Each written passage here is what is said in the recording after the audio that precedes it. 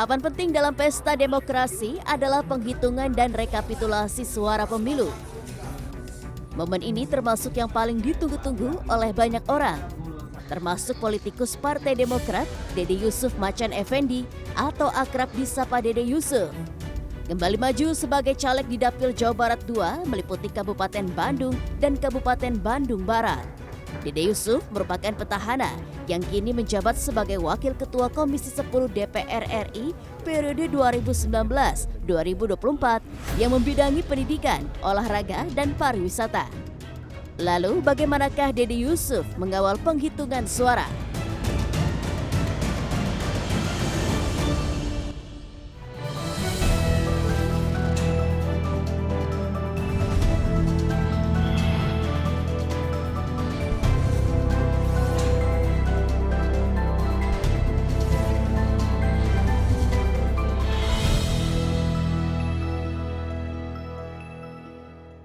Kali ini saya akan mengajak Anda untuk bisa memantau langsung dengan sosok politisi yang juga mantan artis, langsung saja dengan Kang Dede. Kumaha damang Kang? Alhamdulillah, apa kabar? Ya, Kang, ini artinya di masa-masa krusial kita ingin melihat juga bagaimana tadi mau diajak pemantauan langsung seperti apa penghitungan suaranya supaya menghindari adanya kecurangan dan lain. Seperti apa nih Kang? Ya, baik. Jadi sebetulnya sejak 4 hari ini kan penghitungan sudah dimulai di TPS-TPS. Nah, hari ini masuk di PPK, ini namanya kecamatan. Jadi penghitungan di kecamatan.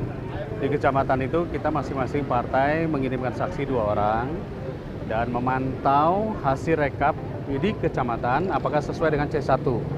Tentu karena ada marak cerita-cerita sana sini, kami juga punya kewajiban untuk melakukan pemantauan. Dan sini kita akan coba mantau. Kita pantau walaupun mungkin kita tidak bisa masuk ya karena ada daerah yang boleh dimasukin, ada yang tidak.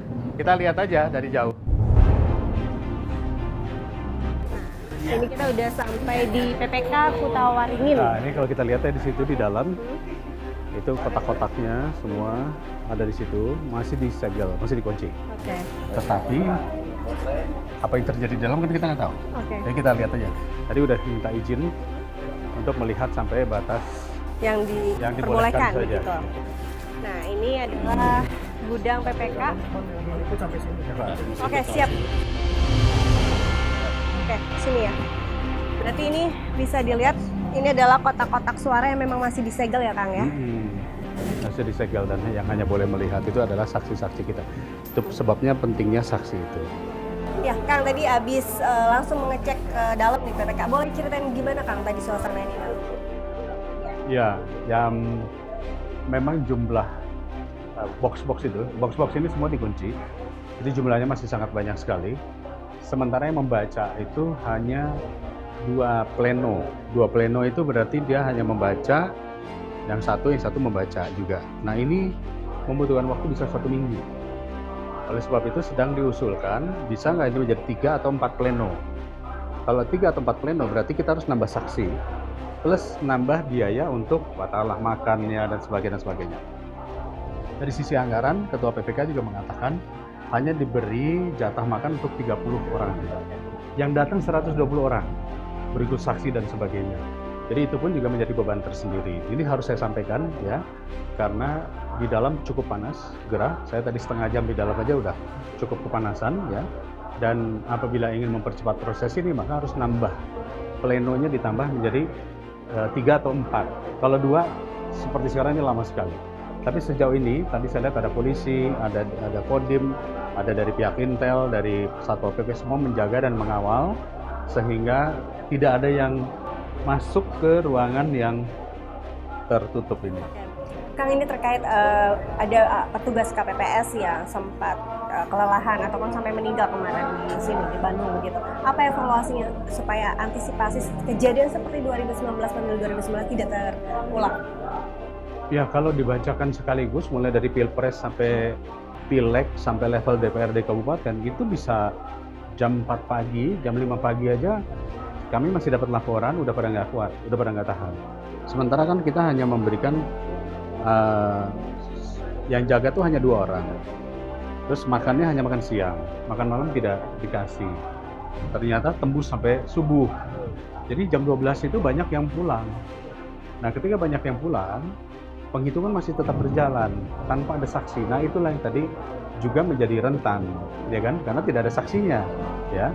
Itu sebabnya kita harus banyak menggunakan jalur-jalur lain untuk mungkin kita pinjam teman atau mungkin kita kayak tadi mungkin Naya juga dengar kan antara partai ini sama partai ini gimana saling menginformasikan gitu, karena nggak ada yang mungkin menyiapkan saksi sampai jam 5 pagi, nggak ada gitu. Nah, ini catatan terpentingnya adalah kelelahan manusia pasti akan terjadi apabila tidak ada shift, dan shift itu baik petugasnya maupun saksinya itu harus dilakukan paling tidak 2 shift siang dan shift malam. Apa usulan yang mungkin bisa dijadikan evaluasi bagi pemerintah, khususnya KPU yang menjadi penyelenggara? Apakah perhitungan ini dijadikan 1 hari atau bisa menjadi lebih baik seperti apa? Kalau menurut saya, karena kemarin itu ramainya adalah Pilpres, quick count dan Pilpres, sebaiknya penghitungan Pilpres itu dibikin terdahulu dulu, baru kemudian 2 hari setelah itu baru pileknya. Jadi minimal udah istirahat, ya. Kalau yang ditunggu adalah pilpresnya, atau dibalik, pileknya dulu baru pilpresnya. Tapi kalau serentak, kelelahan itu pasti terjadi. Kecuali negara menyiapkan anggarannya untuk 2 kali lipat. Jadi ada shift siang, ada shift malam. Kang, tadi menarik, kita tadi kan juga ke tempat aspirasi dan juga ya tempat Partai Demokrat. Ada tempat yang memang harusnya bisa langsung perhitungan, ini ditutup jadi 2 hari begitu ya Kang ya? Tadi di Kabupaten Bandung Barat itu seperti apa Kang? Apakah itu memang lazim atau memang seharusnya tidak boleh seperti itu Kang? Tadi saya tanya juga di dalam, ya, memang tidak disebut dalam aturan. Yang disebut dalam aturan adalah paling lambat adalah tanggal sekian Maret, saya lupa tanggal berapa. Nah, tetapi 2 hari kosong ini juga berpeluang untuk terjadi hal yang tidak diinginkan. Maka alasannya adalah kelelahan, kondisi lelah. Mungkin hal ini wajar, tetapi antisipasinya semua saksi harus punya C1. Itulah yang diharapkan, C1 inilah yang dibacakan, bukan rekap.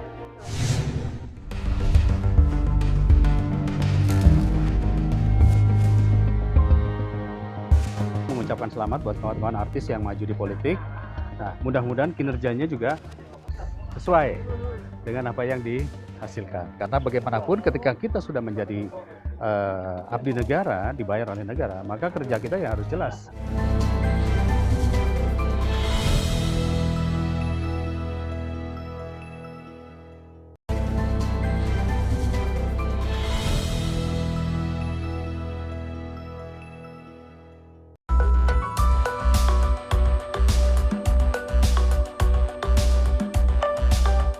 Puluhan selebriti turut meramaikan masa pendaftaran calon anggota legislatif pemilu 2024. Salah satu kalangan artis yang sukses menjadi anggota dewan adalah Dede Yusuf Macan Effendi yang mampu membuktikan kinerjanya, bukan hanya sekedar popularitas. Baru-baru ini, komedian Komeng juga terjun ke politik dengan menjadi caleg DPD, dan gaya foto dan sosoknya yang lucu mampu mendulang suara terbanyak. Lalu, mampukah para pesohor ini memenuhi harapan masyarakat di parlemen?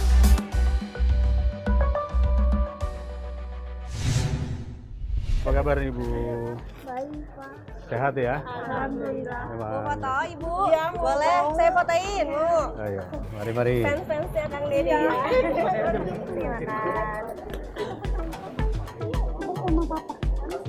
Terima kasih. Oke.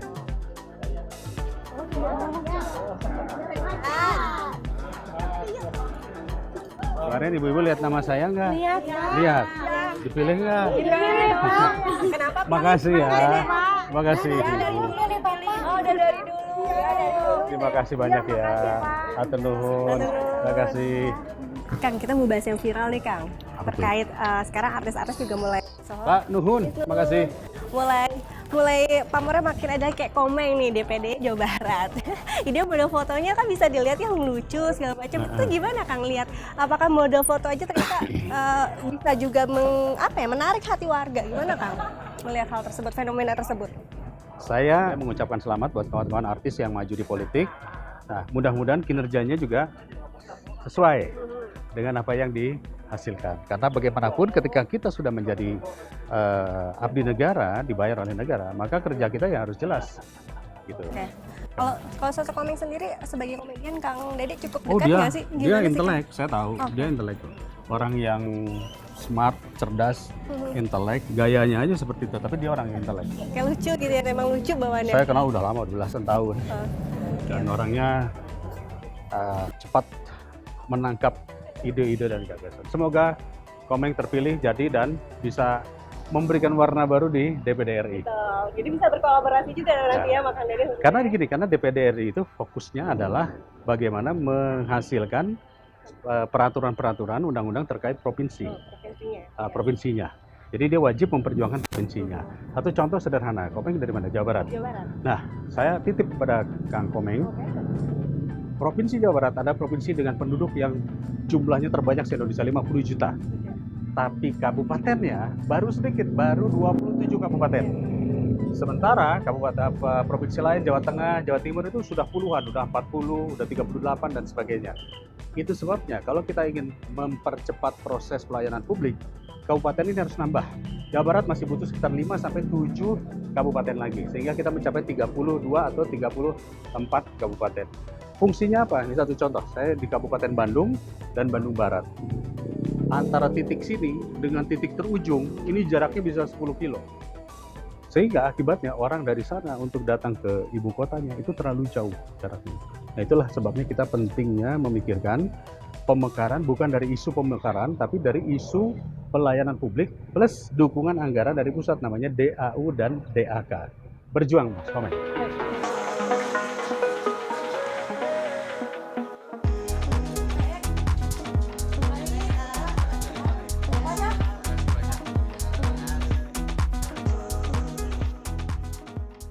Kita di Rumah Aspirasi ya. Iya. Ini bisa diceritain muralnya di sini Rumah Aspirasi apa aja? Iya. Jadi Rumah Aspirasi itu adalah sebuah rumah yang memang diamanatkan di dalam Undang-Undang MD3 bahwa setiap anggota DPR itu wajib memiliki rumah aspirasi. Rumah aspirasi itu konteksnya adalah tempat masyarakat untuk datang, menyampaikan aspirasinya, atau kita melakukan kerja-kerja politik. Nah ini rumah aspirasi kami di wilayah Balai Endah. Kebetulan saya pikir kok kalau naruh gambar partai nggak seru gitu ya. Jadi saya naruh gambar ini. Ini mural. Konsepnya adalah memang kita pengen lebih kayak anak-anak muda karena mural itu kan khas anak muda. Ini sering dipakai foto. Jadi orang berfoto di sini karena mungkin nggak ketemu saya jadi foto di sini. Nah ini konsepnya rumah aspirasi saya namanya Rumah Rancage. Rumah Rancage dan ini kita di sini saya berbicara tentang pendidikan, aspirasi, demokrasi, inspirasi, keadilan ekonomi karena berbagai program yang kita dorong adalah pertama dari sisi pendidikan untuk sekolah, untuk siswa, terus kemudian ekonomi untuk UKM ya, untuk pelaku-pelaku UKM, terus wirausaha muda. Tadi menarik Kang yang dari pendidikan berarti apa kontribusi atau konkretnya nih Kang, apakah beasiswa kepada anak-anak di sekitar sini warga seperti apa sih Kang? Kebetulan Komisi 10 bermitra dengan Kementerian Pendidikan dan dengan Kementerian Pendidikan itu kita membuat program yaitu namanya aspirasi ya. Namanya adalah hampir sama seperti KIP. Jadi Kartu Indonesia Pintar, tetapi ini program Indonesia Pintar aspirasi SD, SMP, SMA, SMK sampai kuliah. Sehingga kami menyalurkan kepada berbagai kalangan masyarakat di wilayah Kabupaten Bandung dan Bandung Barat sampai level kuliah. Alhamdulillah sudah ratusan ribu lah orang yang bisa menikmati sekolah gratis maupun kuliah gratis. Kan kita kayak beralih ke sana, ada teman-teman anak-anak muda juga lagi ngapain nih Kang? Boleh dikasih tahu nggak nih Kang? Baik. Nah ini adik-adik ini adalah adik-adik mahasiswa penerima beasiswa dari aspirasi Rumah Rancage. Kebetulan mereka ini sebagian saja yang hari ini masuk. Kemarin mungkin 30-an lebih ya. Kemarin 30-an lebih mahasiswa yang bekerja pada saat quick count. Nah sekarang ini mereka membantu real count sebagai pelapis dari real count yang dilakukan di kantor partai. Jadi mereka nge-backup. Kadang-kadang kan ada yang tercecer tuh. Ada yang misalnya kayak begini, maaf. Ini mereka ngasih lihat hasil C1, ya. Misalnya di sini suara Demokrat sekian. Tapi ternyata pas di penghitungan KPU suaranya tidak Beda. segitu. Nah, mereka ini menyisir. Kira-kira mereka menyisir desa by desa. Ya, di dalam masih ada 10 lagi. Nah, ini saat ini mereka membantu. Kebetulan ini konsep ini juga kita bikinnya kayak kafe. Kayak anak muda banget Kayak kalau anak bisa muda. Ini dilihat. kalau malam nih nanti kamu lihat ada kafe-kafe Ada gitu ya, ada lampu-lampunya. lampu-lampu. Biasa kita ngundang ada nasi goreng, ada cilok, nongkrong di sini. Nah ini juga sering kita gunakan untuk melakukan kegiatan sosialisasi kepada orang tua yang mau mendaftarkan. Kita sosialisasikan sini. Gitu. Namanya siapa? Nama saya Siti Teh. Siti ya, Siti. Ini kamu sulitannya apa sih untuk bisa bantu rekap ya atau mengecek suara-suaranya Kang Dede? Ada nggak sih Ya, kesulitannya? mungkin kita harus teliti gitu teh, harus kan soalnya di sini rekapannya itu C1, jadi kita tuh harus melihat satu-satu dulu dari setiap TPS itu gitu. Jadi benar-benar harus teliti dan detail juga teh, lumayan. So kalau nggak lama. teliti, resikonya nggak suaranya akan ada yang kemis gitu. Iya, takutnya seperti itu teh, takutnya ada yang kelewat. Jadi benar-benar harus teliti. intinya. Bisa berapa lama sih kalau ngerjain ini? Seharian kah atau apa? Itu rasional tuh, jadi nggak Nggak menentu tentu, ya waktunya. Kalau di sininya kita pengerjaannya kayak sinyal data gitunya lancar ya, itu bisa WiFi.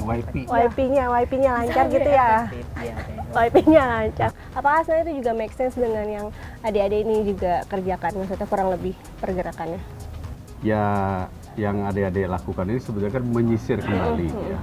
Menyisir kembali, takutnya, karena saya dapat informasi ya, berita-berita yang beredar. Untuk Pilpres saja ada satu TPS yang tiba-tiba suaranya 3 juta suara. Ya mungkin kemarin sempat baca ya. Terus ada hang di servernya KPU. Terus kemudian ada satu TPS yang tidak ada sama sekali orang lain, hanya satu orang saja. Jadi kita juga tentu bukannya curiga, tapi kita juga harus punya backup. Artinya adik-adik inilah yang membantu saya membuat backup, sehingga kalau nanti di kemudian hari ada sengketa-sengketa, kami punya datanya lengkap. Gitu. Kenapa begini gitu. Kalau soal apa yang terjadi di lapangan ini kan memang kalau kita nggak punya data, kelabakan. Oke. Alhamdulillahnya kita punya data. Tadi yang saya katakan kita 3 lapis, ya, termasuk yang tadi memfoto, mengirim, memfoto, mengirim, dan foto itu walaupun tidak bisa dijadikan sebagai bukti faktual, tapi paling tidak kita punya data. Sampai C1 itu ada.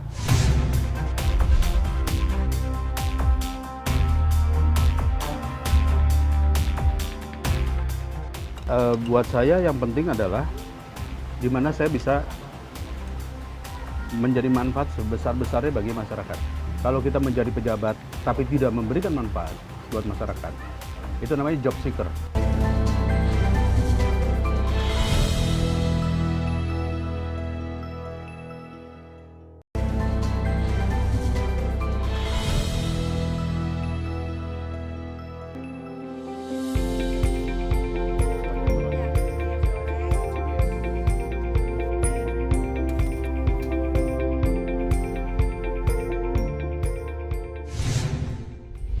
Nah, Kang Dede, kalau misalnya ke Bandung tuh kayaknya nggak lengkap kalau nggak makanan Sunda. Nah, ini boleh diceritain ini tempat favorit Kang Dede di mana? Kenapa favoritnya? Ya, jadi di setiap daerah ada tempat favorit. Kalau ini wilayahnya berarti wilayah ke arah barat, ya, ke arah Soreang. Salah satu yang menarik di sini karena khasnya ini nih, ada kepala kakap, lalu kemudian ada ayam goreng. Nah, kalau saya suka yang ini nih, tetelan ini nih. Jahat ya. Pokoknya makanan-makanan jahat. Makanan jahat. Dan ya ini makanan rumahan. Sebenarnya ini makanan rumahan. Jadi bukan kayak restoran gitu, kayak makanan rumahan. Tetapi karena sayurannya unik, apa segala macam, saya suka makan. Berarti ini ikut pileg sudah mau ke 4 periode begitu ya? Mau ke 4 periode. Nah, itu rahasianya apa nih Kang bisa konsisten dan juga istilahnya masyarakat tuh masih loyal teh ke Kang Dede? Apa ya? Pertama, saya senang dengan pekerjaan ini. Sama seperti dulu saya jadi bintang film, saya senang bekerja sebagai pemain film. Saya senang bertemu masyarakat, saya senang bisa mencoba mencari solusi-solusi dari permasalahan yang ada di masyarakat. Dan saya senang menjadi bagian dari pembuat kebijakan, karena di DPR kan kita membuat kebijakan. Dulu saya pernah jadi kepala daerah itu juga mengeksekusi kebijakan. Kira-kira nih Kang, kampanye kemarin boleh nggak sih tahu modal nyaleknya tuh berapa sih Kang? Range-nya untuk anggota DPR ya? Sebetulnya kalau melihat proses perjalanan saya dari 2004 modal saya cuma 400 juta.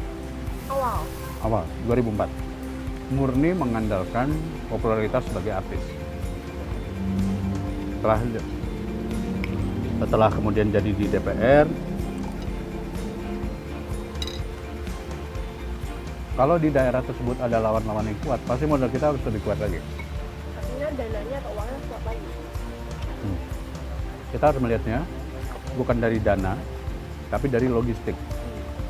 Lanjut Kang, ini berarti Ya. apa yang perlu dipunyai oleh seorang caleg supaya bisa lolos Senayan? Karena kan nggak mudah ya, ada kekuasaan, ada logistik, popularitas juga nggak cukup begitu aja popularitas saja. Saya selalu mengatakan ada 5 faktor. Pertama pasti harus punya popularitas. Wajib. Untuk dikenal orang, dia harus populer. Populer itu berarti ya harus punya kontribusi sosial di masyarakat.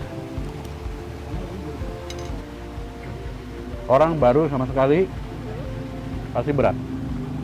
Itu sebabnya artis punya peluang lebih karena sudah populer. Kedua, harus punya jaringan. Dia kalau tidak punya jaringan, siapa yang mau bergerak? Siapa? Jaringan level terkecilnya adalah keluarga. Terus kemudian berkembang partai, relawan. Lalu ada, kita menyebutnya jaringan itu struktur sampai kepada level koordinator tingkat kecamatan, koordinator tingkat desa, bahkan sampai tingkat RW dan RT. Perlu puluhan, ratusan, bahkan ribuan relawan. Nah, itu bukan sesuatu yang mudah. Karena kita harus bagaimana punya hubungan batin dengan relawan yang dibangun, bukan hanya pas mau pencoblosan. Kalau baru dibangun baru seminggu, 2 minggu, saya jamin itu relawan dadakan belum tentu akan berjuang buat kita. Jadi harus dibangun sejak bertahun-tahun sebelumnya. Yang ketiga ini harus punya namanya street media. Street media itu APK. Baliho, banner, poster, stiker, apapun yang membuat orang tahu bahwa kita mencalonkan diri. Ya. Itu logistik namanya. Logistik ini variabel. Ada yang sampai puluhan juta, ratusan juta, atau bahkan yang nggak bayar juga ada. Ya. Jadi itu tergantung kita. Media sosial itu termasuk di dalamnya. Media sosial, kita bermain media sosial, kayak tadi kan barusan, padahal saya kesini karena ngelihat media sosial saya gitu kan ya. Itu juga sangat berpengaruh. Apalagi sih kan Dede udah mau 4 periode, caleg udah, kemudian Wagub juga udah mau naik lagi jadi gubernur nggak sih Kang? The next kan Demokrat juga digadang-gadang menjadi salah satu calon terkuat untuk bisa diusung sebagai gubernur. Buat saya yang penting adalah di mana saya bisa menjadi manfaat sebesar-besarnya bagi masyarakat. Karena jabatan itu sifatnya hanya cara untuk kita bisa memberikan manfaat kepada masyarakat. Kalau kita menjadi pejabat tapi tidak memberikan manfaat buat masyarakat, itu namanya job seeker. Nah, dalam konteks ini, saat ini arahan dari Ketua Umum kami, Pak Agus Harimurti Yudhoyono, adalah menangkan pemilu.